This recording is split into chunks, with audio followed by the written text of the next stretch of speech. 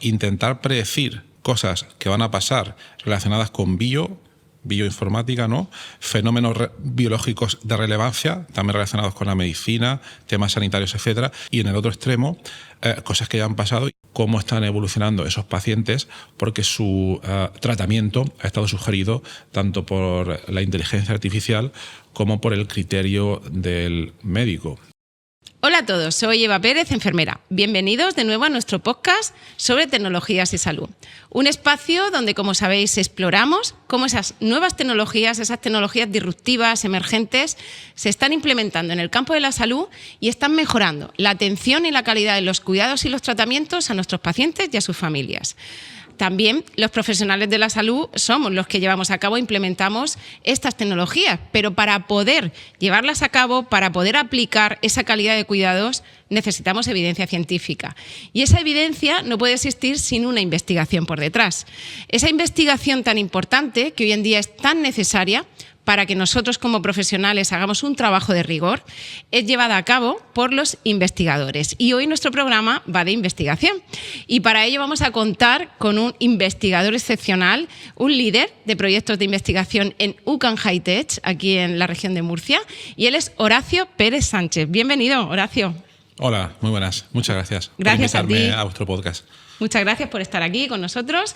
Y bueno, Horacio, voy a resumir tu currículum, que es muy amplio. Ahora nos contarás tu bagaje profesional, pero eres investigador destacado aquí en la UCAM y luego estás en el grupo de investigación o estás especializado en bioinformática estructural y computación de alto rendimiento.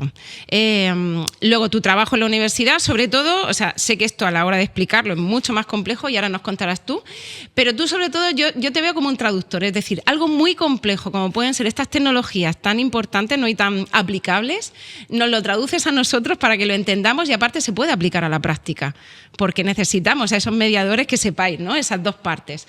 Así que pues estamos deseando escucharte, Horacio. Es un placer tenerte aquí hoy. Bueno, también es un placer para mí estar aquí. Sí, intentando traducir un poco lo que significan todas estas palabras, que son muchas, ¿no? Se podría decir que lo que intentamos hacer nosotros es como mediante computación intentar, por una parte, hay como que dos extremos. Por una parte, intentar predecir cosas que van a pasar relacionadas con bioinformática, ¿no? Fenómenos biológicos de relevancia, también relacionados con la medicina, temas sanitarios, etcétera. Intentamos predecir cosas que van a pasar y en el otro extremo, cosas que ya han pasado. Intentamos analizar todos esos datos para que ver para qué nos pueden servir, ¿no?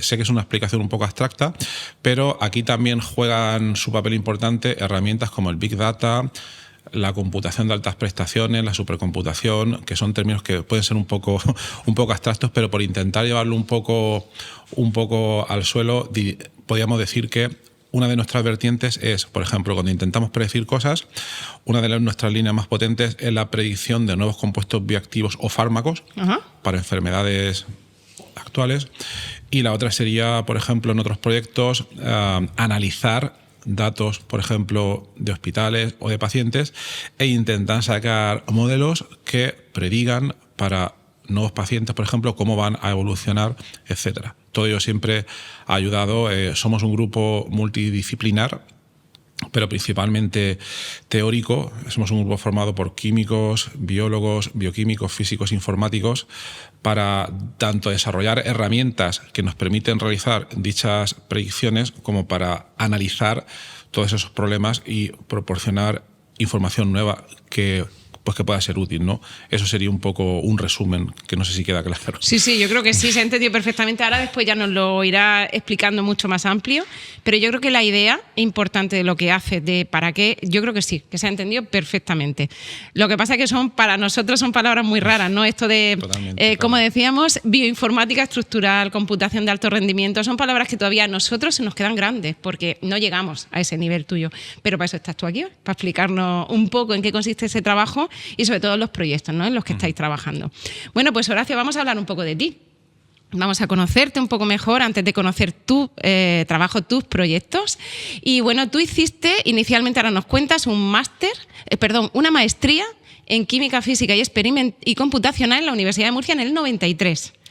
en el año 93, ¿no? El dato lo tengo mal. Sí, aproximadamente. Ya han pasado unos cuantos años. Muchos años, sí. Entonces, bueno, por resumir un poco, sí, efectivamente. Mi formación es, yo estudié lo que antiguamente era, antes de los planes de Bolonia y todas estas cosas, licenciatura en químicas. Ajá.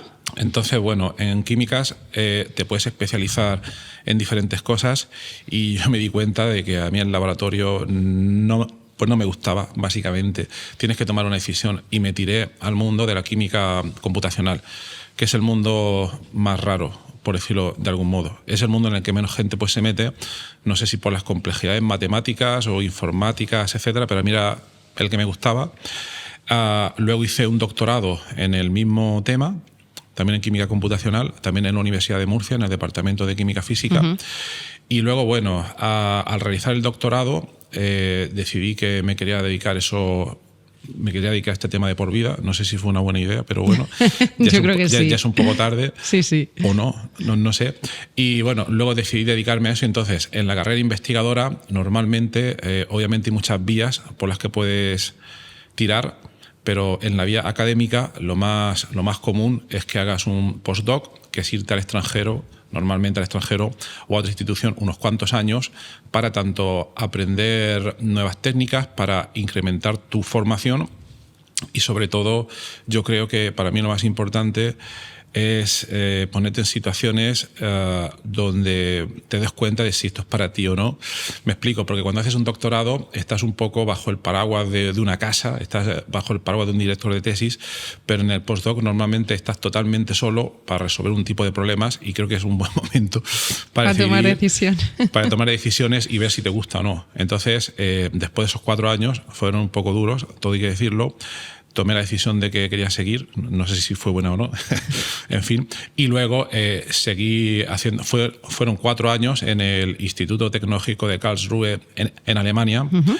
Y bueno, la verdad es que me motivó muchísimo, sobre todo al ver, es un centro puntero de investigación donde hay muchos investigadores postdoctorales y entonces ves un poco cómo se mueven las diferentes líneas y sobre todo en mi caso fue un poco ver la importancia de la investigación multidisciplinar para tratar problemas relevantes.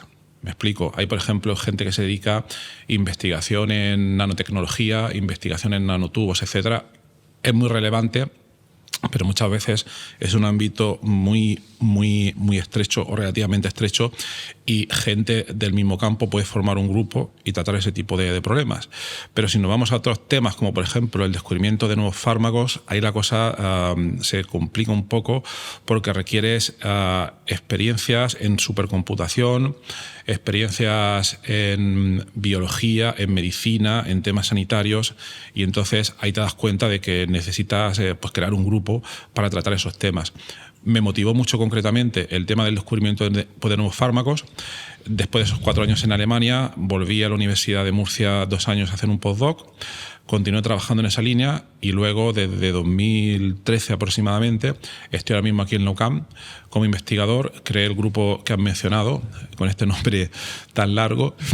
Y desde entonces, bueno, pues nos dedicamos a eso, a la aplicación de la informática estructural y la supercomputación, a intentar resolver estos problemas, principalmente descubrimiento de nuevos fármacos y análisis masivo de datos en diferentes contextos sanitarios, médicos, farmacológicos, etcétera.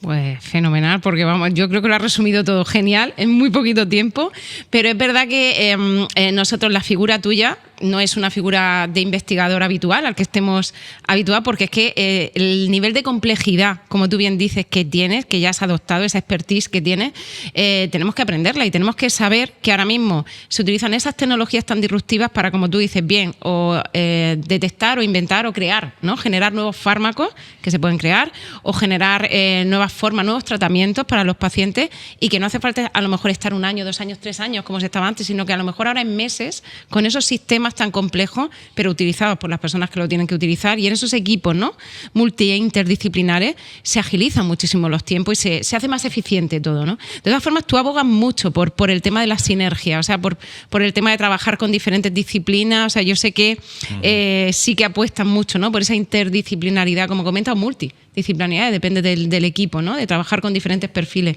Totalmente, totalmente. Es algo totalmente necesario porque, a ver, nos podemos retrotraer al ejemplo clásico, Leonardo da Vinci. Leonardo da Vinci era una persona excepcional a través de la información que nos llega, ¿no? Y que desarrolló varias áreas, áreas muy, muy diversas y tal, pero Leonardo da Vinci a día de hoy no sé si sería capaz de existir, ¿no? Entonces, para poder abordar todos estos desafíos y tener conocimiento de todas las áreas, hoy en día en una sola persona es imposible, por muchas capacidades que tengan, ¿no? Pero es que aunque fueras capaz, por lo que estabas comentando tú también de los tiempos de desarrollo, es mejor pues rodearse, hay que tener unos conocimientos generales de todas estas materias, ¿no? Pero luego tienes que tener una persona experta en cada uno de estos campos para que todos esos desarrollos se produzcan de la manera más fluida y más rápida posible. Tú puedes tener idea de supercomputación, es ideal y quizás necesario que previamente tú hayas trabajado en todas esas cosas, pero cuando estás en el día a día intentando desarrollar cosas tienes que tener una persona experta en ese campo, también ser capaz de hablar su lenguaje, porque en un equipo multidisciplinar tienes que hablar lenguajes muy diversos. No es lo mismo hablar con un informático ni con un biólogo. Esto no quiere decir ni bien ni mal, simplemente son lenguajes distintos, pero hay que tener un poco pues esa amplitud de punto de mira para poder sacar todos esos trabajos adelante. Entonces, me parece súper obvio este abordaje multidisciplinar, tanto por lo que hacemos nosotros como lo que hacen otros grupos. Te puedes ir a cualquier sitio, yo creo que ante problemas de este calibre vas a encontrar necesariamente un grupo multidisciplinar de este tipo. Sí, además es que me viene perfecto que lo expliques así, porque nosotros, el colectivo sanitario, que supongo que ya has trabajado en diferentes grupos de investigación con diferentes perfiles sanitarios, médico, enfermero, fisioterapeuta, psicólogos, hay muchos perfiles, ¿no?, sanitarios. A la hora de trabajar, hasta ahora que parece que ya estamos cambiando un poco la mentalidad, éramos muy herméticos, es decir, lo hacemos todos nosotros, si yo investigo yo, si yo trabajo los datos los trabajo yo, si publico yo, ¿no? Es imposible. En la era tecnológica que estamos ahora mismo y con el avance que hay, la rapidez que hay, o contamos con profesionales como tú y como tu equipo que podáis ayudarnos a investigar y que nos deis esos resultados de una forma mucho más práctica y eficiente, o nosotros solos no podemos. O sea, nosotros nos tenemos que dedicar a lo que nos tenemos que dedicar, que es atender a los pacientes, cuidar a los pacientes.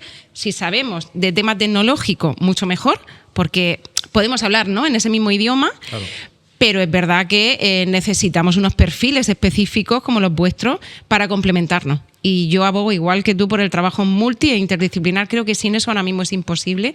Y por eso estamos hoy en un hub, en un centro de innovación, en un centro donde tenéis muchísimos perfiles diferentes, investigadores, y que ponen valor, ¿no?, esa actividad que vosotros hacéis, y luego os pone en contacto también pues con empresas o con emprendedores o con personas que todavía pueden generar todavía más conexiones, más sinergias, ¿no? Entonces, hablando de este centro, Horacio, tú que estás aquí, que conoces el Lucan High Tech desde dentro, cuéntanos un poco, ¿qué tipo de centro es el Lucan High Tech? Buena pregunta. Sí, efectivamente, yo creo que has contado pues muchas de las facetas de este centro. El objetivo, un centro de investigación tiene que favorecer primero el contacto entre diversos grupos multidisciplinares que ya están participando en sus diferentes investigaciones. Muchas veces te puede dar cuenta de que tú tienes una serie de necesidades. Imagínate, nosotros tenemos que realizar algún tipo de análisis, ¿no? Entonces, por ejemplo, en los proyectos que trabajamos nosotros, normalmente, cuando necesitamos este tipo de análisis, pues nos vamos a buscar a alguien donde sea, ya sea en región de Murcia, España, internacionalmente. Lo hemos hecho muchas veces, pero muchas veces la gente no se da cuenta que esos grupos pueden estar a 5 metros. Es sorprendente, pero muchas veces es así, ¿no? Entonces, este tipo de edificios favorecen mucho ese tipo de situaciones, porque al encontrarte muy a menudo con otro grupo de investigación y las actividades que se realizan aquí, es un poco más consciente de los tipos de investigaciones que realizan, y eso entonces se potencia mucho. Eso por una parte, ¿no? Y luego estamos hablando de investigación. Muchas veces existe el problema de que puede haber un grupo de investigación muy potente que sea capaz de sacar un resultado X, un fármaco, lo que sea.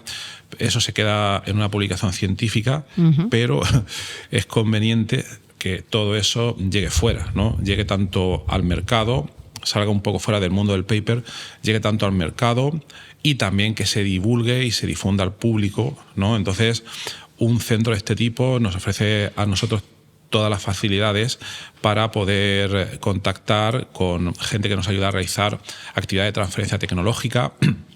Por ejemplo, en el mundo del descubrimiento de fármacos, tenemos varios proyectos donde se han descubierto diferentes tipos de compuestos, pero claro, a los grupos de investigación llegamos hasta cierto punto. Luego llega un momento en que deben comenzar los ensayos clínicos. Algunos se realizan aquí, pero más adelante es necesario contactar con inversores para que inviertan en este tipo de proyectos.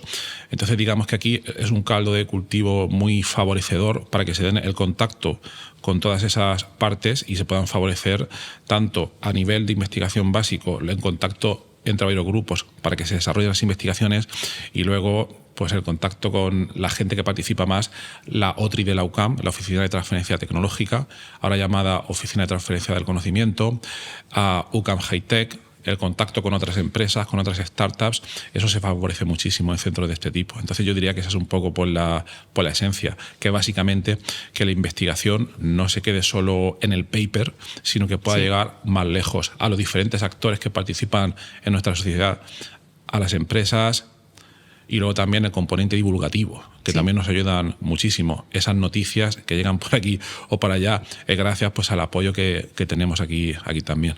Pues es un centro, como diríamos, te lo cuentan a lo mejor hace 10 años y dices tú, es imposible, ¿no?, que eso pueda existir.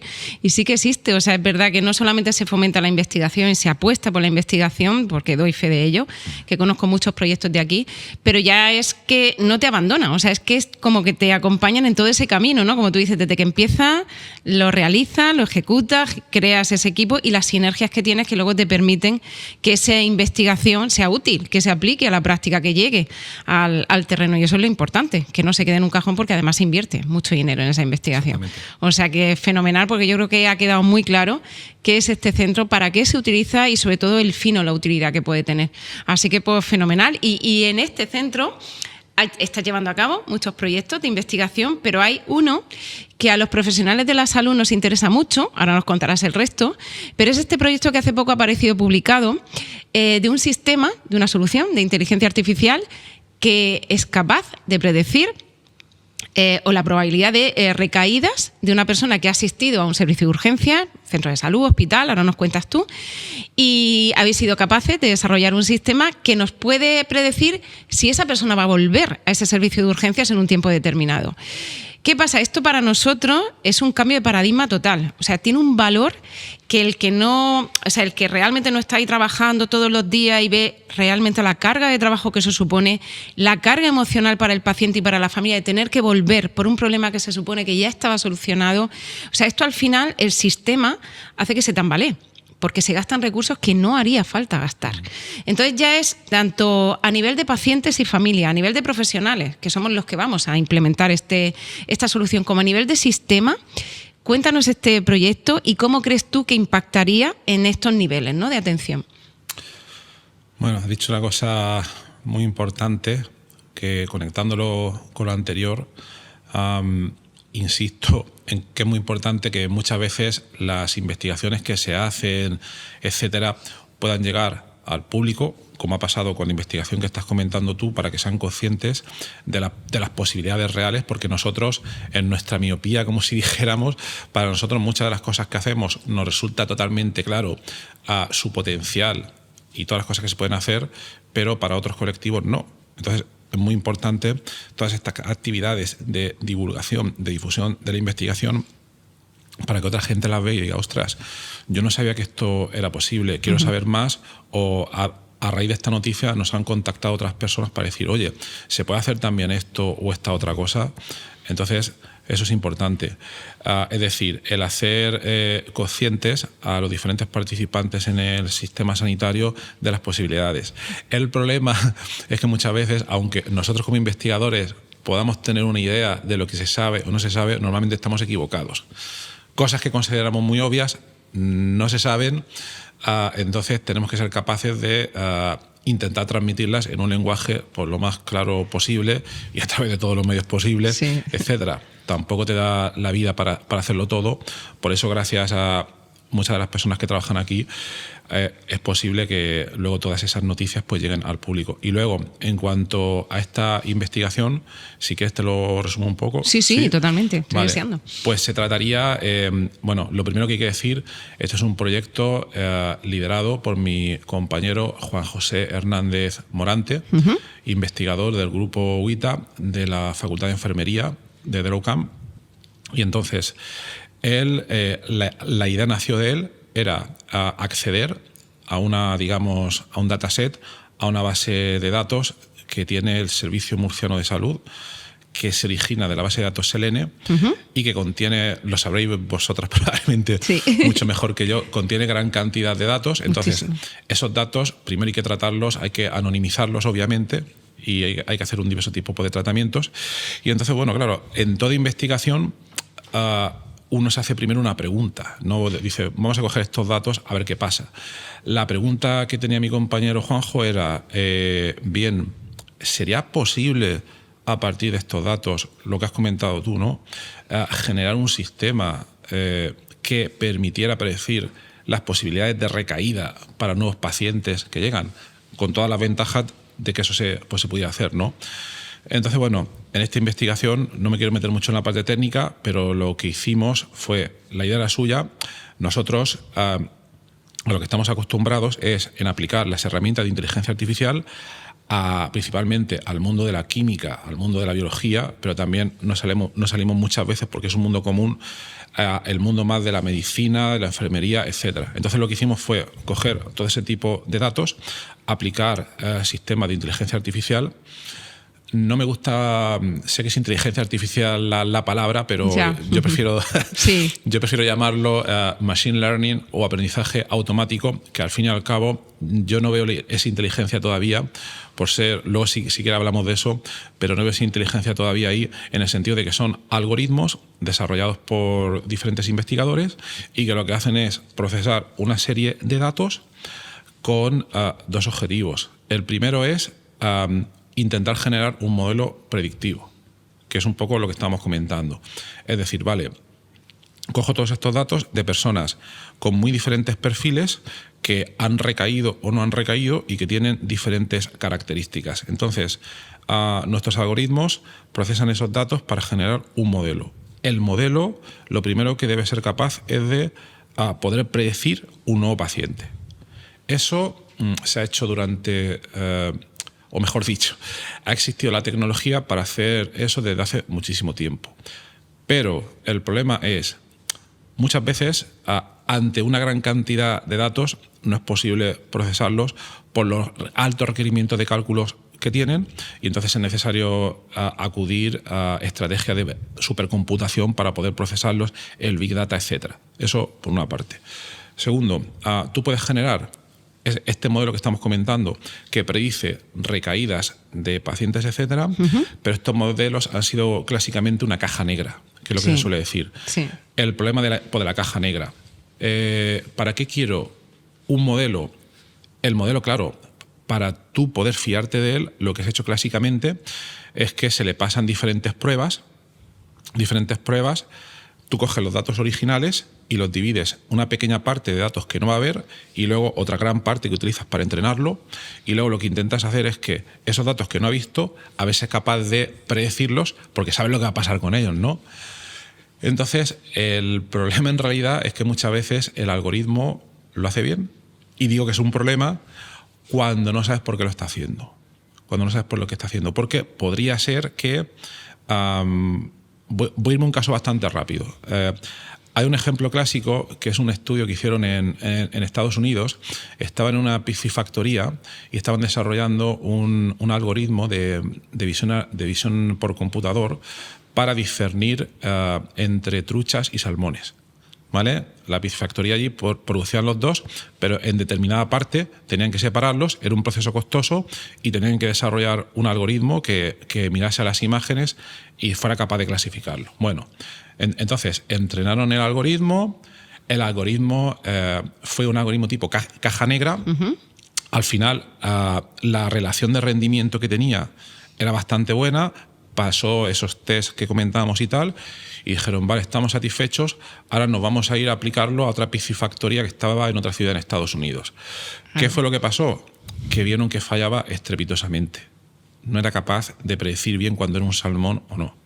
Y entonces, claro, se abrió la investigación de por qué, y por resumir un poco la historia, lo que comprobaron fue lo siguiente.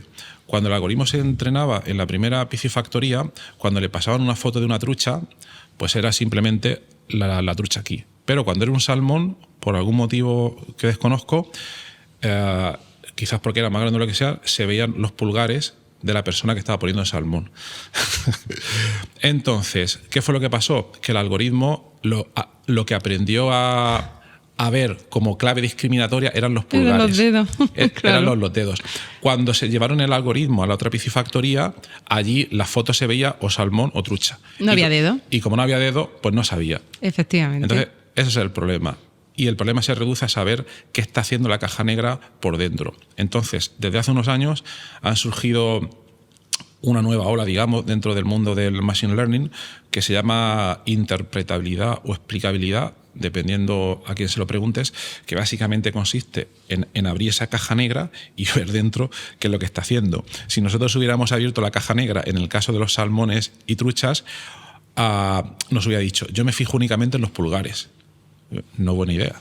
Sí, claro. No buena idea. Entonces, en este trabajo, lo que hemos hecho, nosotros hemos desarrollado un software que lo que hace, además de generar estos modelos caja negra, luego los abre por dentro y nos dice dónde está mirando el algoritmo para clasificar a los pacientes.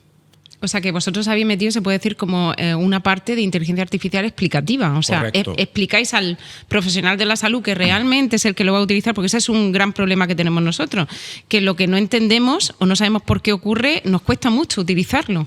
Y eso es una demanda importante por parte de los profesionales de la salud, esa IA explicativa que tú comentas, no lo sabía, que lo habéis metido. Correcto. No solo es importante que lo es, sino que además a partir... es un requerimiento regulatorio muy fuerte a nivel europeo. A nivel un nuevo reglamento, sí. Europeo. Han salido las nuevas normas y demás. Entonces, con el software que hemos desarrollado, bueno, pues se producían tanto los modelos de caja negra como las explicaciones. Y claro, luego con profesionales de vuestro mundo les enseñábamos los datos para ver si veían que tenía sentido o no. Entonces, lo más interesante de este tipo de estudios es que salían cosas muy, muy esperables. Típicamente, si es una edad muy avanzada, hay más probabilidades. Si ha venido muchas veces, no pinta muy bien, todo este tipo de cosas. Pero luego salían factores que no eran tan evidentes. Esto lo podía explicar mejor mi compañero Juan José, pero, por ejemplo, salió un factor muy curioso que era el código postal. El código postal tenía cierto peso en la decisión. Hay algún artículo escrito de esto, tu estado de salud dependerá de tu código postal. Claro, claro. Entonces ahí habéis investigado eso en detalle. Llega también un momento en que tienes que parar la investigación para publicar y demás, y entonces estamos en una segunda parte para ver ya un poco más en detalle qué significado tienen algunas pues estas cosas. Entonces, con lo que hemos podido hacer ahí es generar un modelo explicativo, como comentas tú, para que luego, con ese modelo, los diferentes responsables que se dedican a recibir este tipo de pacientes pues puedan ver, cuando llega un paciente, esos datos se pueden pasar por el modelo y que te dé la explicación de decir, vale, este paciente yo creo que va a evolucionar bien o va a evolucionar mal y las razones son estas. Obviamente también hay que tener en cuenta que la inteligencia artificial o machine learning no es ninguna magia y que no va a funcionar nunca al 100%, que esto es uno de los mitos que yo creo que llegan luego al gran público. Hay un porcentaje de error, como si dijéramos, y entonces cuando tú estás trabajando con un modelo, a ver, diferenciar entre salmones y truchas, si lo haces mal no creo que se vaya a morir nadie, ¿vale? Pero claro, si estás en el hospital es muy importante, ¿no? Entonces ahora, por lo que se está abogando también a nivel regulatorio, volviendo otra vez a ese tema, es que cuando tú creas un modelo de inteligencia artificial que se va a emplear en este tipo de contextos, es un poco similar a cuando tienes un fármaco y tienes el prospecto donde te dice las limitaciones que tiene y todo eso. Entonces, todo modelo a partir de ahora tiene que tener, primero, explicabilidad. Luego también que se explique un poco las posibilidades de acierto que tienen estos algoritmos. También muy importante, que esto no se suele decir, en qué condiciones se ha entrenado. Me explico. En este proyecto, este modelo se ha entrenado con pacientes pertenecientes a la región de Murcia. ¿Se podrían extrapolar las condiciones de este modelo, por ejemplo, si nos vamos a China? Pues habría que verlo, pero al menos hay que ser consciente de que nos estamos yendo a lo que técnicamente se llama otro dominio de aplicabilidad, que si es muy diferente, pues hay que ser al menos consciente de que podría presentar algunas limitaciones. Obviamente, el sentido común nos dice que si un paciente es muy mayor, y eso también en China probablemente pase, pero quizás hay otros factores pues que pueden cambiar. Entonces, lo ideal para solucionarlo sería volver a entrenar el modelo con datos de pacientes de China para ampliar el conjunto de datos con el cual ha sido entrenado. Entonces, bueno, eso es un poco a grandes rasgos el proyecto acometido. Fenomenal. Entonces, ahora estáis como depurando el modelo, se puede decir, lo estáis reentrenando. ¿En qué momento estáis? Ahora estamos viendo posibilidades de ampliarlo con más datos de otros centros, y también estamos intentando profundizar un poco más pues, en algunos de los aspectos que nos han salido. Por ejemplo, el dato del código postal es muy interesante. Y ahí, claro, eso conectándolo otra vez con el tema que comentábamos antes de los grupos de investigación multidisciplinares, sí. Aquí ha sido muy interesante y conectándolo también con el tema de UCAM High Tech, ha sido muy interesante porque aunque nosotros al procesar los datos nos salía que el código postal era muy interesante, pero nosotros no disponíamos de los conocimientos para una cosa que voy a comentar que parece muy simple, pero reflejar eso en un mapa. Hay que tener unos conocimientos de cartografía, etcétera, etcétera. Y entonces ahí hemos tenido la suerte que, mira, por este pasillo que va al fondo, nosotros estamos al final, justo a la mitad, está el grupo de investigación que está en el proyecto Smart Lagoon, que es un proyecto que estudia el Mar Menor, entonces son expertos en cartografía. Entonces todo. Simplemente nos pasábamos por allí, oye, ¿tú puedes hacer esto? Porque yo te he visto muchas veces mapas de esto. Ah, sí, tal. Enseguida. Eso es una maravilla, o sea, eso es un lujo. Entonces, por conectar un poco por lo que comentabas antes.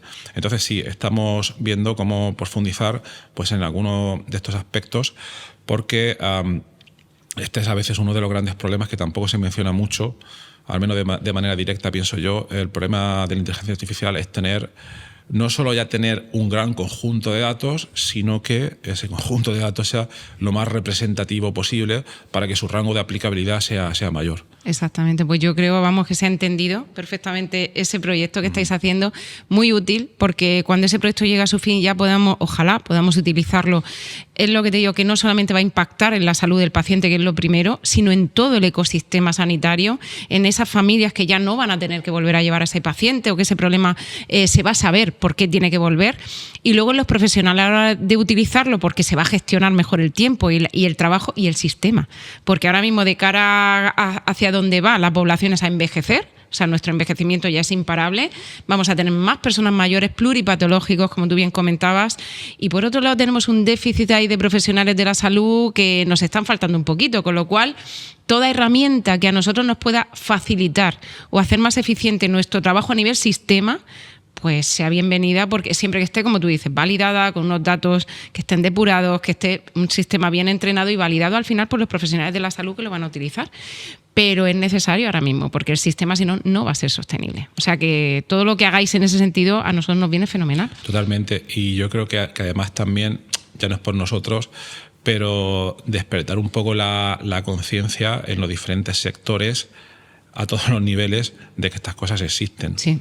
Porque quizás, no lo sé, mi impresión es que a nivel más del público común, parece que la gente tiende a asociar inteligencia artificial, ChatGPT, normalmente no es la única posibilidad. Entonces creo que es muy importante que todas estas cosas lleguen a todos los actores principales del sector sanitario, porque a veces es sorprendente, porque se recolectan estos datos, pero se quedan ahí. Sí, tenemos muchísimos datos en el sistema de salud, muchísimos, y muy útiles para muchos proyectos, pero tenemos que conectarnos. Claro. O sea, hay que conectar esa parte investigadora con esa parte asistencial, práctica clínica, todo eso. En el momento que se hagan esas sinergias, lo que tú has hecho, pues pueden salir maravillas, o sea, muchísimas herramientas, pueden salir soluciones. Entonces yo lo que veo que no solo en este tipo de proyecto ha surgido de nosotros la motivación de hacerlo, lo hemos contactado aquí y allá, pero esto también debería pasar en la otra dirección, que no por nosotros, pero que a los profesionales sanitarios habrá algunos que tengan mayor o menor poder de decisión, pero los diferentes actores que sepan que existen y que ya contacten, no a nosotros necesariamente, pero a uno u otro, que sepan que hay gente que no solo hace papers, hay que hacerlos, pero que pueden participar en añadir pues todo ese valor a datos que se están generando sí o sí, y se generan, lo sabréis mejor que yo, gran cantidad de datos pues de todo tipo. Entonces ahí hay un filón, básicamente, yo creo. Exactamente, un petróleo muy importante. Sí, el petróleo de la IA, como se suele decir. Pues fenomenal, porque yo es verdad que es un proyecto que a mí me llamó mucho la atención y creo que puede ser, una vez que lo terminéis, muy útil, pero bueno, necesita su proceso, claro, su reentrenamiento, su depuración de datos, su anonimización, todo, para cumplir ese reglamento de inteligencia artificial europeo. Y bueno, y en ese camino estáis. Y además de ese proyecto, entiendo que estaréis haciendo, ¿no?, más proyectos de este tipo, de bioinformática, de computación. Antes de seguir, cuéntanos, o sea, si ahora mismo a nuestros oyentes, porque es verdad que estamos hablando de inteligencia artificial, pero hay una tecnología que es verdad que se oye, parece como que es del futuro, pero que todavía no ha llegado, pero sí está ahí, que es la computación cuántica. Tú en alguno de tus proyectos de investigación eres experto y la has utilizado y las estarás utilizando, pero si tuvieras que explicarnos a alguien de a pie, ¿no?, a una persona, como yo digo, no experta, ¿qué es la computación cuántica? ¿Cómo nos lo podrías explicar? Sencillito. Buena pregunta. Bueno, lo primero, no soy tan experto, ¿vale? Sí, bueno, yo creo que mucho más de los que somos nosotros. No soy tan experto mucho más en esas tecnologías, pero bueno, sí que hemos participado en algunos proyectos. Resulta un poco complicado de explicar, pero bueno, básicamente vamos a intentar explicar primero lo que es la computación clásica, ¿no? Vale, vamos a imaginar que yo tengo, por ejemplo, que corregir unos exámenes, ¿vale? Yo tengo que corregir 100 exámenes, ¿sí?, y esos 100 exámenes los tengo que corregir yo. Y tardo 1 minuto en corregir cada examen. Entonces, bueno, si son 100 exámenes y tardo 1 minuto en cada uno, pues lo más probable es que tarde 100 minutos en corregirlos todos. En la realidad no, porque a veces tarda más o menos, pero bueno, en un mundo ideal, ¿vale? Pero digo, a ver, yo no quiero tardar tanto, entonces voy a procesar esto mediante computación paralela. ¿Qué quiere decir? Pues voy a llegar un día, por ejemplo, a la clase, vamos a suponer que en clase tengo 10 personas, y cojo el paquete de 100 folios, de 100 exámenes, y a cada uno le doy 10. Divido el trabajo entre diferentes personas que van a procesar. Entonces, ¿qué sucedería ahí? Que esos 100 minutos que tardaba yo, si lo reparto entre 100 personas, y si todo sucede en condiciones ideales, el tiempo va a ser 10 veces menor. Bueno. Más o menos, ¿vale? Bien. Entonces, esto es básicamente el esquema. En realidad hay una serie de problemas que no me quiero meter, porque entre que repartes los exámenes pasa un tiempo. Tienes que ver a quién se lo reparte.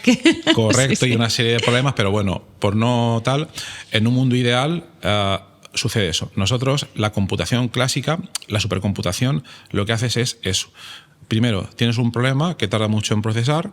Segundo, muy importante, ese problema debe ser divisible en trozos. Vale. En trozos como los exámenes, ¿vale? Yo los puedo repartir y cada uno que corrija un trozo, ¿no? Hay a veces ciertos problemas que no son, digamos, paralelizables por diferentes razones, ¿vale? Pero no me quiero meter en eso. Vamos a suponer que tenemos un problema paralelizable. Entonces, yo tardaba 100 minutos, si me ayudan 10 personas, tardamos 10 minutos. En un mundo ideal, si en lugar de 10 personas fueran 100, tardaríamos 1 minuto. 1 minuto. Más o menos, y así sucesivamente. Vamos a suponer, y esto es básicamente la idea de supercomputación, vamos a suponer que en lugar de hablar de exámenes, estamos hablando de procesar datos de moléculas, de un problema de Big Data o lo que sea, pues se ve, ¿no? Entonces, básicamente, cuanto más procesadores vas añadiendo, digamos que encuentras un aumento lineal de rendimiento, etcétera, ¿vale? Uh-huh.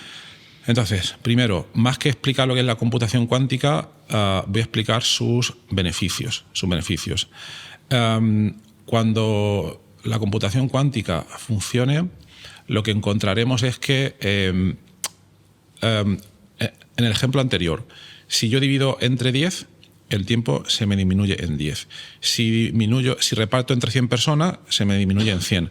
Es una relación lineal, como comentábamos, pero en la computación cuántica la relación es exponencial.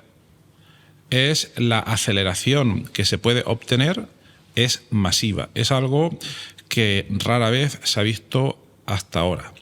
Cada vez que vaya añadiendo una persona más para corregir exámenes, la capacidad de corrección aumentaría no infinitamente, sí, ¿no?, pero de manera exponencial, ¿vale? Entonces, por no meterme más en la parte técnica, esa sería un poco el beneficio, ¿no?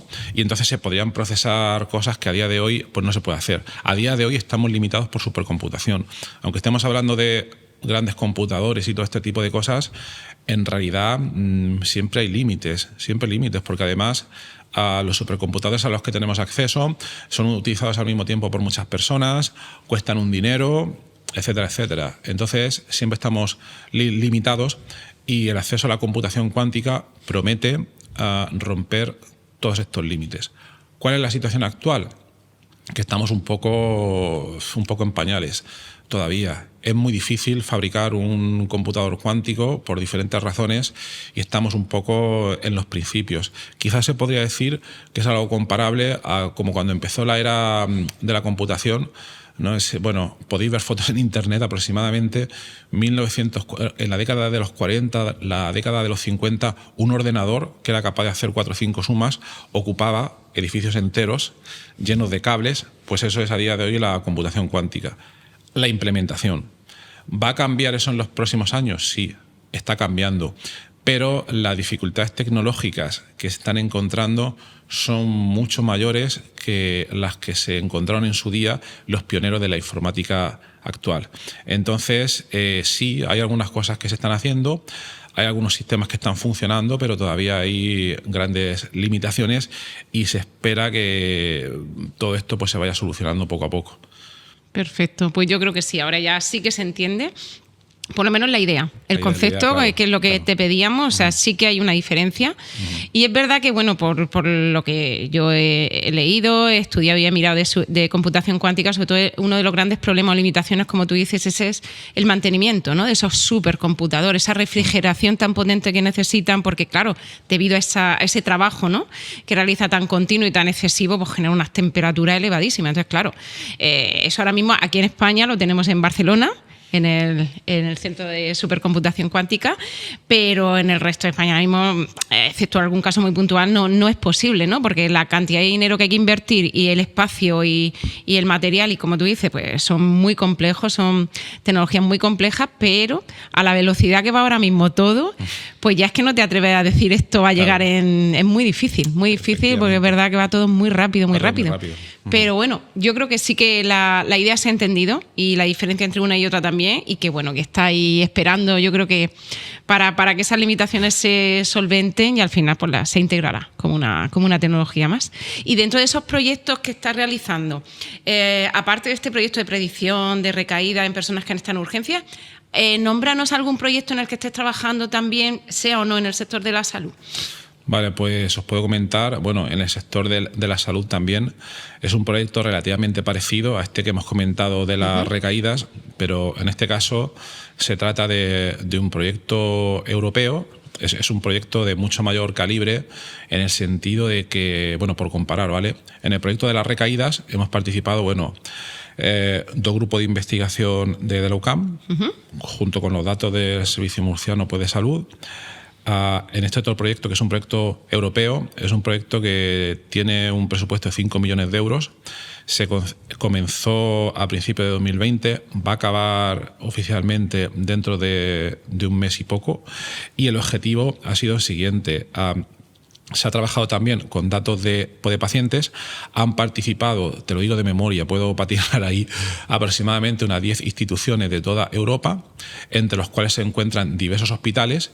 Y por lo que comentamos antes, que creo que conecta muy bien con el ejemplo de Poder Hospital, el objetivo era desarrollar un modelo para predecir la evolución de pacientes de cáncer colorectal y cuál sería el tratamiento más eficaz que se les puede proporcionar. Entonces, es relativamente parecido al proyecto anterior. El primer paso sería obtener datos de pacientes de cáncer colorectal que se han sometido a diferentes tratamientos, y entonces para ello lo que se ha hecho, han participado 4 o 5, no lo sé de memoria, 4 o 5 hospitales de toda Europa. Se han cogido todos esos datos y bueno, antes comentamos de condiciones ideales y de la realidad, pero a la hora de juntar todos esos datos, es muy difícil, es un proceso que se llama técnicamente armonización. Unir todos esos datos ha supuesto un problema porque cada hospital obviamente lo hace de una manera distinta y poner todo eso en conjunto lleva su complicación. Luego, a continuación, se han desarrollado, como comentamos en el caso anterior, estos modelos de Machine Learning interpretable o explicable, y luego lo que se ha hecho es generar una aplicación móvil, y esa aplicación móvil, para la segunda parte del proyecto, se le da a los diferentes doctores médicos que participan, porque entonces a esos hospitales van llegando pacientes con cáncer colorectal. En la aplicación se introducen las características, o sea, es una herramienta disponible en el proyecto, se le dan los datos de los pacientes, la aplicación da una predicción y luego finalmente el médico toma una decisión basada en su experiencia y también los datos que le da el algoritmo. Entonces, ese ha sido un poco el proyecto. Lo he comentado así rápido, pero hay una gran cantidad de trabajo inimaginable ahí detrás. También señalar que este proyecto se inició en enero de 2020, ya sabéis lo que pasó al poco. Sí. Entonces, este proyecto tuvo un parón de un año, y hasta que los hospitales se recuperaron, lo sabéis mejor que yo probablemente, hasta que se recuperó el funcionamiento tardó bastante tiempo. Cada país europeo ha funcionado de una manera distinta y bueno, y ahora lo que estamos en este proyecto es que se ha entrenado el modelo, se ha generado el modelo, se ha aplicado a diferentes pacientes. Ahora lo que estamos a la expectativa es de ver cómo están evolucionando esos pacientes, porque su tratamiento ha estado sugerido tanto por la inteligencia artificial como por el criterio del médico. Y eso nos parece importante. Y también ha sido un proyecto importante porque ha sido una de las primeras veces en toda Europa que un algoritmo de inteligencia artificial se ha utilizado en un ensayo clínico. Están los ensayos clínicos donde es un fármaco, donde está un dispositivo médico, y en este caso el algoritmo se ha utilizado como dispositivo médico de soporte a la decisión. Es un producto sanitario. Un producto sanitario. Efectivamente. Entonces, bueno, y si quieres que te cuente alguno más, estos han sido pues algunos de los proyectos más centrados en uso de inteligencia artificial a datos médicos, pero nuestro core, nuestro expertise mayor está normalmente en, como comentábamos antes, en técnicas, lo que comentábamos antes, bioinformática estructural, química computacional, etcétera, para en diversas enfermedades predecir nuevas moléculas que pudieran funcionar como tratamiento. Entonces, en ese tipo de proyectos no solo son multidisciplinares en cuanto a nuestra parte, porque con nuestro equipo nosotros tenemos 4 patas, como si dijéramos. Uno, nosotros trabajamos continuamente para intentar mejorar todos los algoritmos que están detrás, en base a física, química, etcétera. Por otra parte, esos algoritmos tienen un coste de procesado muy elevado y lo que tratamos de hacer es implementarlos en supercomputadores, que a veces lleva muchísimo trabajo. Y al mismo tiempo también algunas de estas herramientas las ponemos a disposición de toda la comunidad científica internacional para que puedan utilizarlas.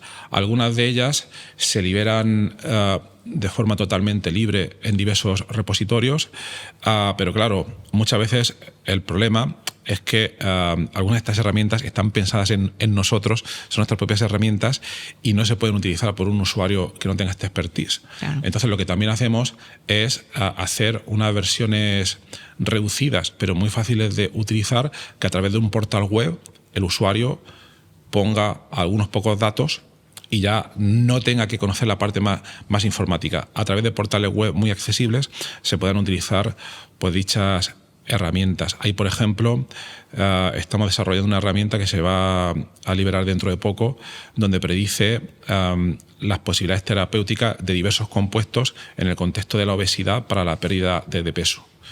¿Cómo se llama la herramienta esa, Horacio? Se llama OV de Obesity, OV-DB de Database. Vale, por si alguien quiere buscarla. Y también aprovecho y te pregunto, ¿y el proyecto de la predicción de riesgo de cáncer colorectal, que también has dicho que había una app, ¿no?, que se podía consultar? ¿Cuál es su nombre? Esa aplicación de momento solo está disponible para los médicos que están participando en el proyecto. Vale. Sí. Vale. Se espera que cuando el proyecto termine y falta validarla en esta segunda fase, que ya obviamente sí o sí tiene que estar disponible para que todo el mundo pues la pueda utilizar. Vale. Efectivamente. Perfecto. Pues bueno, yo creo que a nivel de proyecto, y podrías seguir contándonos muchísimos más, porque claro, llevan muchos años, aquí también llevan mucho tiempo, con lo cual eso te ha permitido, pues ya no son los que estás haciendo ahora, los que vas a hacer, sino todos los que llevas por detrás. O sea que podríamos estar aquí horas y horas hablando de proyectos. Pero bueno, tenemos que limitarnos al tiempo, obviamente. Pero ha sido un placer escuchar esos proyectos y darte la enhorabuena, porque es un trabajo impresionante. Gracias. La verdad que sí. Bueno, y dime. Solo agradecer que no es trabajo mío únicamente, sino es de todo el equipo de personas que estamos ahí detrás haciendo todas las cosas, de la UCAM también, que ha creído y ha apostado en nosotros. Y luego también decir que, a ver, hay algunos proyectos, por ejemplo el de las recaídas, donde el desarrollo del software depende solo de nosotros, pero otros proyectos de descubrimiento de fármacos son, en el 99% de los casos, requiere una colaboración de un grupo experimental donde nosotros digamos, este compuesto es probable que funcione, entonces este otro grupo experimental, que o lo buscamos nosotros por todo el mundo o vienen ellos a nosotros. Entonces es importante también comentar un poco todo eso, que esto depende pues de muchísimas personas, de muchos actores, también de los organismos que financian nuestra investigación, la Fundación Seneca de la región de Murcia, la Agencia Estatal de Investigación del Ministerio de España, el Consejo Europeo de Investigaciones, etcétera. Hay mucha gente ahí detrás también. Aparte que la inversión en investigación, o sea, quiero decir que no es barata, que hay que invertir un dinero porque luego hay que llevar a cabo todo además la gente eso muchas veces no es consciente, ese procesamiento de datos lleva muchísimo tiempo, aunque utilices tecnología, sobre todo el 80%, ¿no?, del tiempo es casi todo para procesar, para limpiar el dato, y te lleva muchísimo tiempo, muchísima tecnología, y para eso tienes que tener profesionales trabajando. Correcto. Y también quería mencionar que se me ha olvidado cuando estaba hablando de los diferentes actores que financian nuestra investigación, también quería comentar que también gracias a las diferentes empresas que también están invirtiendo en nosotros.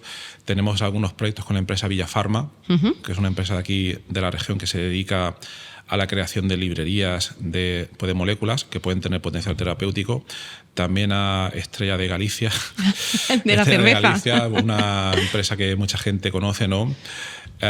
Lo que quiero resaltar con esto, no solo agradecérselo a ellos, sino que muchas veces cuando quieres hacer cosas están los organismos públicos, pero también puedes ir a empresas, porque también puede haber muchas veces un interés en desarrollar todas esas investigaciones. Exactamente. Pues fenomenal, Horacio. Y a ver, es verdad que muchos proyectos tuyos han sido muy valorados, han sido un éxito, otros supongo que no, pero claro, en esa vida del investigador, y además tú que llevas tanto tiempo, pues te habrás encontrado retos, te habrás encontrado obstáculos, te habrás encontrado situaciones que dices, ¿qué estoy haciendo yo aquí ahora mismo con esto? O sea, que ahora mismo, si tuvieras tú que explicarle a futuros investigadores o a personas que ya están investigando, ¿no?, ¿cuáles son los principales obstáculos o retos que te puedes encontrar en este tipo de investigación? Hablamos de una investigación tecnológica donde tú utilizas muchísimo la tecnología. ¿Qué tipo de obstáculos o de problemas podemos decir te puedes encontrar? ¿A nivel técnico o a cualquier tipo de nivel? A cualquier nivel. Bueno, entonces la respuesta es fácil. Pues te puedes encontrar de todo. Fácil. La respuesta fácil es que te puedes encontrar de todo. Es que es verdad. Si, por ejemplo, que lo hago, le tienes que explicar esto a un doctorando que está empezando, hay que ser realista, es que te vas a encontrar de todo y por todos lados. Es más, yo creo que hay que estar preparados porque, claro, cuando lees una investigación en un paper, el paper es la punta del iceberg, claro, donde está la casa limpia, donde no ves lo que está debajo de la alfombra, pero hay muchos flecos, hay muchas cosas, hay muchos problemas que suceden, pero por todo tipo. Entonces, por ejemplificar un poco, el supercomputador puede no funcionar, un software que tú utilizas puede dejar de funcionar también en cualquier momento, las infraestructuras experimentales que se utilizan para medir todas estas moléculas que estamos comentando, o incluso más cercano a vuestro mundo, puede pasar muchas veces que estás tomando datos de paciente. Imagínate que ese día, yo qué sé, la sangre no está midiendo bien y tú has tomado esos datos y los das por verdaderos. ¿Qué va a pasar con un modelo de Machine Learning? Aunque tengas el computador cuántico más potente del mundo, si toma esos datos, pues que va a generar un modelo incorrecto. Entonces siempre hay que estar detrás de todas las partes del proceso para ser consciente de todos los problemas que pueden ocurrir. Pero vamos, por mi experiencia pueden ocurrir problemas por todos lados. Obviamente la experiencia ya te hace ver algunas cosas que van a venir y que dicen, no me puede pasar más de 30 veces. Y esto que vemos, ¿no? Porque pasa muchas veces. Y obviamente luego por mucha experiencia hay cosas que ya no ves venir, etcétera. Pero pasan problemas, no se puede estar horas hablando de problemas. Yo diría que la investigación es más problemas que resultados. Están los resultados, pero problemas hay de todo tipo. Los que menos te puedes imaginar son precisamente los que menos consideras, frente a los que menos alerta estás y que luego más problemas causan, efectivamente. Está menos preparado. Y no me quiero meter en cosas que recientemente han pasado en este país. En fin, muchas veces la experiencia te puede hacer predecir cosas y que ves claro que van a pasar y estar preparado. Y entonces toman una serie de medidas. Y eso yo creo que aplica todo. Pues fenomenal, sí. Llevas toda la razón. Y bueno, Horacio, ya para terminar, ¿cómo ves el futuro? Es decir, ahora mismo es verdad que tú estás trabajando con tecnologías que muchas personas todavía no saben utilizar, no saben manejar, no saben implementar, pero es verdad que tú estás un poquito en ese nivel, ¿no? Más avanzado. Por lo tanto, podemos decir que te has adelantado, ¿no? Un poco a lo que hacen muchos profesionales en otros ámbitos que todavía utilizan, pues como tú dices, ChatGPT, ¿no? Como inteligencia artificial y todavía a lo mejor no conocen, ¿no? Los siguientes eslabones. Pero eso no sé si te permite ver de cara al futuro cómo viene este futuro tan rápido que ahora mismo tenemos ya encima. Se habla del año 2030 como ese año donde todo va a ser deslumbrante, donde todo va a ser un cambio radical, por poner un ejemplo. Pero de aquí a 3-5 años, no sé, en un periodo no muy amplio, ¿cómo ves el futuro de las tecnologías en la salud, en la investigación? ¿Qué crees que nos depara el futuro? Difícil pregunta. Muy difícil, es la más difícil para mí. Difícil pregunta, porque luego, si esto queda grabado, luego... podemos obviar, podemos cortar. Luego tal, es muy complicado. Muy complicado y creo que uno tiene que ser un poco humilde. A ver, vamos a hacer el ejemplo inverso. Estamos en 2024, ¿vale? Yo creo que si hubieras preguntado a quien sigue el terreno de la inteligencia artificial 5 años antes, en 2019, no hubiera sido capaz de predecir lo de ahora. Quiero decir, si nos vamos en lugar de 2019 a 5 años atrás, creo que estamos diciendo, a 2014, hubiera sido más fácil porque a veces en investigación, en resultados, hay, digamos, estancamientos donde no hay grandes cambios, luego hay zonas abruptas, como está pasando recientemente, y que muchas veces son imposibles de predecir. Si nos vamos al caso de ChatGPT, que es el que yo creo que más llega a la gente, la base, digamos, matemática, informática que había detrás, que está detrás, ha estado durmiendo, se ha estado desarrollando poco a poco, ha estado durmiendo detrás durante años y en un momento ha pegado la explosión. Era muy difícil predecir cuándo. Es muy difícil porque además no es que solo investigación, sino que haya empresas que decidan apostar fuertemente. Nos podemos retrotraer a ChatGPT o OpenAI, es una empresa que lo vio claro y dijeron hay que ir por aquí, hay que invertir, invirtieron un pastizal y han abierto una brecha y ahora hay mucha gente invirtiendo ahí. Entonces, bueno, yo lo que veo, lo único que sí que veo seguro, no puedo predecir nada, pero lo que sí que veo es un cambio en el modelo de investigación que se refleja de la siguiente manera. En el campo de la inteligencia artificial, si nos vamos a la primera década del siglo XXI o al principio de la segunda, un grupo de investigación relativamente pequeño podía hacer cosas modestas. Pero a día de hoy eso es imposible. Eso es imposible. ¿Por qué? Debido al tamaño de los problemas a resolver. Por ejemplo, entrenar un modelo de lenguaje como ChatGPT requiere una potencia de cálculo enorme, lo cual significa una inversión económica increíble y no todo el mundo lo puede hacer. Luego requiere un equipo muy grande de personas. Entonces, a día de hoy lo que se está viendo que son las grandes compañías como OpenAI, Google, Anthropic, que es uno de los competidores que tiene ahora mismo OpenAI, y empresas de este tipo son las que están llevando la batuta. Entonces estamos ante una situación de desigualdad en cuanto a los recursos que son necesarios bastante grande. Entonces lo único que veo es que para hacer cosas potentes en los próximos años no van a venir de grupos pequeños, sino que van a venir o de empresas o de entornos de este tipo. Entonces, eso tiene sus ventajas y sus desventajas, y no me quiero extender más, pero la de ventajas posibles pueden ser los monopolios que se puedan establecer. Voy a hablar, por ejemplo, de Elon Musk, ¿vale? que ya está empezando a tener monopolios en muchas cosas y eso puede ser un poco problemático, no os voy a explicar por qué.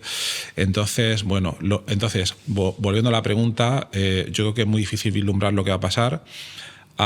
Me da la impresión, mojándome un poco, que no vamos a tener en los próximos 5 años cambios demasiado grandes, sino que vamos a tener cosas muy incrementales, porque el salto tan grande de los modelos de lenguaje ya se ha dado y el dar un paso del mismo nivel es muy difícil.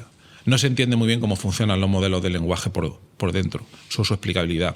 Entonces yo creo que va a pasar mucho tiempo hasta que se dé un cambio grande y yo creo que vamos a estar en estos 5 años más en la época de la ingeniería, en donde las herramientas principales con crecimientos pequeños se están desarrollando, pero la gente con algunas ideas novedosas pues las puede aplicar. Yo creo que las novedades van a estar ahí, pero en desarrollos fundamentales yo creo que vamos a estar parados. Ojalá me equivoque, pero bueno, esa es mi impresión. Bueno, pues dicho queda, muy interesante. Una evaluación y un pensamiento, una idea muy interesante, así que pues gracias por compartirla con nosotros. Gracias a vosotros. Pues Horacio, yo me tiraría ahora, pues sabes, tú te he comentado que a mí es un tema que me encanta, este tema tecnológico de la inteligencia artificial y computación cuántica, me parece un mundo todavía por descubrir, pero tenemos que finalizar, así que solo agradecerte de verdad el haber compartido con nosotros este amplio conocimiento que tienes, que esperamos en siguientes episodios poder volver a hablar contigo para que nos vuelvas a contar cómo van tus proyectos, esos proyectos nuevos, y ojalá cuando volvamos a hablar ese proyecto de predicción de recaídas en los pacientes en urgencia se haya podido ya implementar, o por lo menos estar aunque sea en fase beta, ¿no? Ahí empezando, y darte la enhorabuena por tu trabajo porque es impresionante, de verdad. Bueno, pues muchas gracias a vosotros por la entrevista y bueno, sobre todo espero que entrevistas de este tipo, sí, programas de este tipo que hagan despertar pues a quien le llegue, ¿no? que existen todas estas tecnologías con sus limitaciones y con sus bondades y que se pueden utilizar y todo el potencial pues que tienen y que no se queden solo en ChatGPT. Efectivamente. Pues muchas gracias. A vosotros. Hasta la próxima. Y a todos nuestros oyentes, agradeceros una vez más que hayáis estado ahí, que hayáis compartido con nosotros este nuevo episodio de podcast. Esperamos que hayáis disfrutado tanto como nosotros o más de referentes tan importantes en este mundo de la investigación, de las tecnologías, de la inteligencia artificial, de la computación cuántica, como ha sido Horacio Pérez. Ha sido un placer estar hoy con él y esperamos poder seguir disfrutando con vosotros en siguientes episodios y seguir aprendiendo de referentes tan importantes. Así que muchas gracias y hasta la próxima.